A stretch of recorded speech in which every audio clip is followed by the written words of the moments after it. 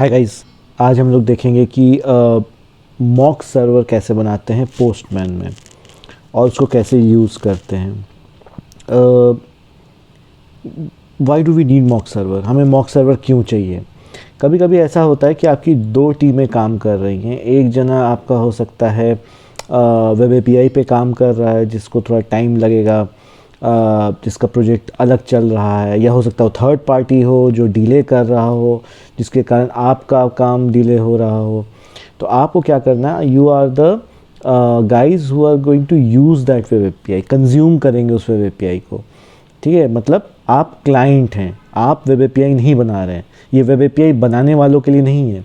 जो web API बना रहे हैं वो अलग हैं और जो उसको यूज़ कर रहे हैं वो अलग हैं। अब मसला ये हो गया है कि जो वेब एपीआई बना रहा है वो डिले कर रहा है, जिसके कारण उसको कंज्यूम करने वाला जो टीम है या प्रोजेक्ट है वो डिले हो जा रहा है। तो ऐसे केस में हम क्या कर सकते हैं, बहुत जल्दी विदाउट एनी एफर्ट हम अपना मॉक सर्वर बना सकते हैं। वेब एपीआई के लिए क्या बना सकते हैं, मॉक सर्वर बना सकते हैं। आपको बस जानना इतना है कि क्या आउटपुट आने वाला है या आउटपुट का फॉर्मेट क्या होने वाला है। आपको ये भी जानने की ज़रूरत नहीं है कि एक्चुअल डेटा क्या होगा या कितना डेटा आएगा, वो सब बात की बातें हैं। पहले आप ये जान लीजिए कि डेटा किस फॉर्मेट में आ रहा है। जेसन में आ रहा मान लेते हैं अभी के लिए, और उसके एट्रीब्यूट्स क्या हैं, बेसिक एट्रीब्यूट्स। बाद में क्लासेस में एक्स्ट्रा एट्रीब्यूट्स तो कभी भी आप ऐड कर लेंगे, क्योंकि ये तो सीरियलाइज होता है ना। तो एक बार आप क्लास मॉडिफाई कर लेंगे तो डीसीरियलाइज करना बहुत आसान हो जाता है आपके लिए। तो आपको बेसिक एट्रीब्यूट्स जानने हैं। उन एट्रीब्यूट्स के ऊपर आप एक मॉक सर्वर बना लीजिए और अपना काम आगे बढ़ाइए। जब उनका वेब एपीआई का ख़त्म होगा तब आप एक्चुअल वेब एपीआई को कॉल करके जो भी टेस्टिंग करना चाहें, जो भी चेंजेस करना चाहें कर सकते हैं। फाइन। तो सबसे पहले पोस्टमैन खोल लीजिए। मेरे स्क्रीन पे आपको पोस्टमैन दिख ही रहा होगा। यहाँ पे मॉक सर्वर का एक बटन है, इस पर क्लिक कर दीजिए और यहाँ पे लिख दीजिए क्रिएट मॉक सर्वर। ठीक, तो यहाँ हमने क्रिएट मॉक सर्वर कहा। वो आपसे कह रहा है यूआरएल छोड़ दीजिए, यूआरएल खुद जनरेट करेगा। ठीक, यहाँ पे पाथ जो है आप दे दीजिए। पाथ क्या है, आपके वेब एपीआई का एक्शन नेम। ठीक, एक्शन या फिर उसके साथ जो भी पैरामीटर्स जा रहे हैं वो पाथ छोड़ दीजिए। कंट्रोलर सब छोड़ दीजिए, उससे आपसे कोई लेना देना नहीं है। ठीक, क्योंकि आप कंज्यूम कर रहे हैं। तो चलिए इसमें मैं नाम रख देता हूँ गेट फोरकास्ट। तो गेट फोरकास्ट मैंने कर दिया। मैं एक मॉक वेदर डेटा आपको रिटर्न करके दूंगा जेसन फॉर्मेट में, वो भी एक एरे या लिस्ट, जो आप कहना चाहें। ठीक, ये देखिए मैं ये यहाँ पे पेस्ट कर रहा हूँ एक जेसन। ये जेसन मैंने पहले से बना के रखा है, तो उसकी आप चिंता ना करिए, आप कोई भी जेसन ले सकते हैं। Let's not be very rigid about Jason का सिंटैक्स क्या होगा, स्ट्रक्चर क्या होगा। अभी के लिए आप कोई भी जेसन ले लीजिए। ठीक, और नेक्स्ट पे क्लिक करिए। नेक्स्ट पे क्लिक करने के बाद वो मॉक सर्वर का नेम पूछ रहा है, आप इसका नाम डाल देते हैं, मान लेते हैं वेदरमैन या कुछ भी।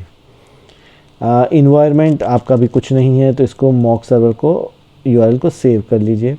अगर आप डिले सिमुलेट करना चाहते हैं, कि हो सकता है आप एक्सपेक्ट कर रहे हैं कि एपीआई आने में डिले हो सकता है। Delay is very important in in mobile clients, you know, very important. आपको इस बात का ध्यान रखना पड़ता है कि आपका क्लाइंट डिले झेल सकता है कि नहीं, टाइम आउट तो नहीं हो जाएगा। तो आप यहाँ पे डिले चेंज कर सकते हैं। अभी के लिए मैं कोई डिले नहीं दे रहा हूँ, I don't need any delay. Let's create the mock server. और देखिए वो आपको एक यूआरएल देगा यहाँ पे, उस यूआरएल को कॉपी कर लीजिएगा ज़रूर से। तो ये देखिए ये यूआरएल है, इसको मैंने कॉपी कर लिया। ठीक, ये यूआरएल आपका कॉपी हो गया। Correct. Now what we need a client. अब हम क्लाइंट कुछ भी हो सकता है, मोबाइल हो सकता है, वेब हो सकता है, कंसोल हो सकता है, डेस्कटॉप एप्लीकेशन हो सकता है, कुछ भी हो सकता है। टू कीप थिंग्स सिंपल, मैं अभी के लिए कंसोल एप्लीकेशन में ये काम करूँगा। ये देखिए कंसोल एप्लीकेशन मैंने बना लिया है। ठीक, इसमें अब मुझे क्या करना है, सबसे पहले तो पेस्ट कर दीजिए अपना यूआरएल जो उसने आपको दिया था। ये यूआरएल आपने पेस्ट कर दिया। नाउ जो हमारी जेसन थी वो जेसन भी मैं यहाँ पे पेस्ट कर दे रहा हूँ सो दैट आपको उसका स्ट्रक्चर पता चल जाए। ये जेसन मैंने यहाँ पेस्ट कर दिया, जस्ट स्ट्रक्चर को आप रेफ़र कर पाएँ। 4 कॉलम एट्रीब्यूट्स हैं इसमें, date, temperature C, summary, temperature F, Celsius and Fahrenheit. ठीक, हम क्या करेंगे, क्योंकि डीसीरियलाइज तो करना ही है, तो हम इसको क्या करेंगे, इसकी एक क्लास बना देंगे। तो हमने कहा ऐड क्लास, और क्लास का नाम हमने दे दिया कुछ भी, forecast, what ever you want. Class के नाम और एपीआई के नाम में कोई लेना देना नहीं होता है, लेकिन class name should always be something which you can understand, which can be related to that API, उस एपीआई से रिलेटेड होना चाहिए। तो अभी के लिए मैं फोरकास्ट नाम दे रहा हूँ, क्लास नेम फोरकास्ट, ये मैंने नाम दे दिया। एक क्लास बन जाएगी। जल्दी से 4 एट्रीब्यूट बना देते हैं। Let me copy all this, और फिर मैं इसको मॉडिफाई करूँगा। ये 4 एट्रीब्यूट्स बन गए। एक आपका डेट है, जहाँ तक मुझे याद है सिर्फ डेट ओनली है। उसके बाद आपका है फ्लोट, जो आपका फ़ारेनहाइट में है। एक और है फ्लोट जो सेल्सियस में है शायद, और एक आपका स्ट्रिंग है। वहाँ से मैं कॉपी कर लूँ तो ज़्यादा सुखी रहूँगा। इसका नाम था डेट, तो ये डेट हो गया।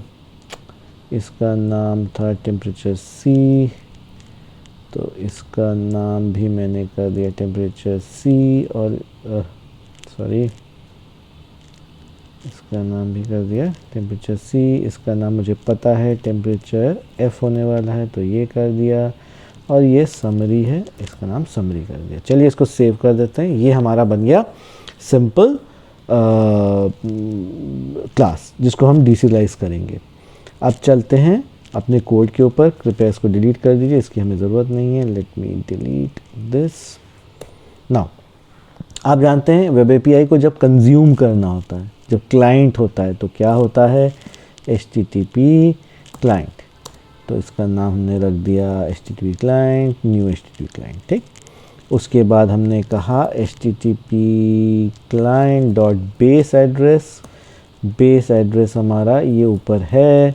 आप जानते हैं बेस एड्रेस क्या होता है, URI होता है, न्यू URI, और उसमें हमने एक स्ट्रिंग पास कर दिया। ये हमारा बेस एड्रेस हो गया। नाउ बेस एड्रेस के बाद हमें क्या चाहिए, एक रिक्वेस्ट चाहिए। तो हमने कहा var request equals to new HTTP request message, ये रहा। और इसमें अब जो हम ओवरलोड यूज़ करने वाले हैं वो मेथड और रिक्वेस्ट URI वाला यूज़ करने वाले हैं। तो हमारा हो गया HTTP मेथड, हमारा हो गया मेथड, या HTTP मेथड डॉट गेट। और इसमें हमारा बेस एड्रेस हो गया। हमें बेस एड्रेस नहीं भेजना है, बी केयरफुल, ये आपका एक्शन होता है। एक्शन को बेस एड्रेस के साथ वो मैच करता है, ओके, मतलब दोनों को कॉन्केटिनेट करता है। तो हमारा क्या था, गेट फोरकास्ट, सेव करिए। ये हमारा रिक्वेस्ट हो गया। अब हमें क्या चाहिए, इसका रिस्पॉन्स चाहिए। तो हमने कहा var response equals to HTTP client dot send async dot result. Result हम क्यों कर रहे हैं, क्योंकि हम सेंड एसिंक यूज़ कर रहे हैं। ध्यान दीजिएगा, सेंड एसिंक है तो उसके साथ क्या लगता है, अवेट लगता है। अवेट सिर्फ किस में लग सकता है, आपके एसिंक मेथड्स में लग सकता है। अगर एसिंक मेथड आप नहीं यूज़ करना चाहते हैं तो रिज़ल्ट लिख दीजिए, तो ये सिंक्रोनस वे में इसको कॉल करेगा ऑटोमेटिकली। अब यहाँ पे हम क्या चेक करेंगे, if response dot is status code अगर है तो हम उसको रीड कर लेते हैं, डीसीरियलाइज़ कर लेते हैं। कैसे डीसीरियलाइज़ करेंगे, वैर डेटा रिसीव्ड, या ऐसे कर लेते हैं forecast received equals to response dot content read async. ठीक है, तो हम क्या कर रहे हैं, response dot content read string async कर रहे हैं। ये हमें नहीं चाहिए, हमें चाहिए कंटेंट डॉट रीड, इसमें एक होता है जेसन, ये रहा जेसन एसिंक, और इसमें हमारी क्लास है फोरकास्ट नाम की, लेकिन हम रिटर्न क्या कर रहे हैं, एरे रिटर्न कर रहे हैं। तो इसलिए यहाँ पे हम क्या लिखेंगे, फोरकास्ट लिस्ट टाइप की हम रिटर्न करेंगे, करेक्ट। एंड ये ब्रैकेट बंद किया, दैट्स इट। अब अगर रिस्पॉन्स सही होता है तो हम क्या करेंगे, कंसोल डॉट राइट लाइन, क्या राइट लाइन करना है हमें, number of response received equals to, हम करेंगे forecast received dot count, oh sorry about that again, क्योंकि ये रीड जेसन एसिंक है तो आप समझ ही जाइए इसमें क्या लगाना पड़ेगा आपको, रिज़ल्ट, बिना रिज़ल्ट लगाए नहीं आएगा। और अब करिए काउंट, ये काउंट बता देगा आपको। नाउ उसके बाद हम कुछ प्रिंट करवा लेते हैं, console dot write line date equals to, मैं एक ही डेटा प्रिंट करवाऊँगा just for argument's sake. So forecast received 0 dot date, इसको टू स्ट्रिंग करने की ज़रूरत नहीं है क्योंकि कॉन्केटनेट तो हो ही रहा है। ये हो गया, ये सेव कर दिया। ध्यान रखिएगा आपका पोस्टमैन रन होना चाहिए इन द बैकग्राउंड, क्योंकि पोस्टमैन ही आपका मॉक सर्वर है। चलिए, अगर आप चाहें तो मैं ब्रेक पॉइंट लगा के दिखा सकता हूँ। Let's put a break point here and let's put a break point here and let's run it, देखें क्या आता है। हो सकता है 404 आ जाए। अगर आपने API का नाम गलत दे दिया है, अगर आपने बेस एड्रेस गलत दे दिया है तो भी गलती हो सकती है। लेट्स सी, ये देखिए आपका ब्रेक पॉइंट हिट हुआ है। लेट्स चेक द रिस्पॉन्स, 200 है तो इसका मतलब उसको API मिल गई है। If we want let us deserialize it, और ये डीसिरियलाइज हो गया है। फोरकास्ट रिसीव में चलते हैं और ये देखिए कुछ वैल्यूज़ आ गई हैं, आप ब्रेक पॉइंट में देख रहे हैं। अब इसको मैं कंटिन्यू करने देता हूँ और कंसोल डॉट रीड लाइन लगाना भूल गया हूँ, इसलिए आपका कोड चला और बंद हो गया। रीड की लगा देते हैं और इसको फिर से रन करते हैं। ये देखिए आपका डेट आ गया, नंबर ऑफ़ रिस्पॉन्स रिसीव 2 है। सो आपने 5 मिनट के अंदर एक मॉक सर्वर बना लिया, आपको किसी का वेट करने की ज़रूरत नहीं है। Even better thing, let's me stop this and show you the mock server. देखिए मॉक सर्वर में आप यहाँ पे आते हैं अगर, और वेदरमैन पे जाते हैं और यहाँ पे रिफ़्रेश लॉग करते हैं। तो मैंने 2 बार कॉल किया था, तो देखिए 2 बार डेटा क्या आया है ये आपको बता देगा। ये देखिए डेटा बता रहा है रिक्वेस्ट बॉडी, ऑब्वियसली बॉडी में कुछ नहीं था। Request header, response header, response body, ये सब आपको बता दे रहा है। ऐसे ही मैंने गेट के लिए बनाया, ऐसे ही आप पोस्ट के लिए बना दीजिए। I hope you guys liked the way how mock server is set up.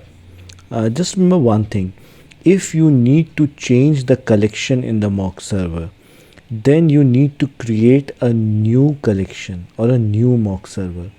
You cannot edit a collection.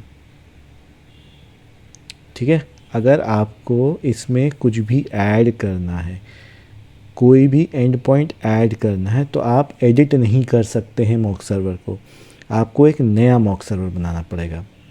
I hope you liked the basic way of creating and using mock server. इसको आप अपनी testing में use कर सकते हैं, आपका project रुकेगा नहीं। जो काम आपको करना आप करिए, और जो प्रोजेक्ट टीम है या जो एपीआई टीम है वो अलग काम करेगी। अगर आपको मेरा वीडियो अच्छा लगा तो प्लीज़ सब्सक्राइब, लाइक, शेयर ज़रूर कर दीजिएगा। I will be really grateful. Thanks and bye bye.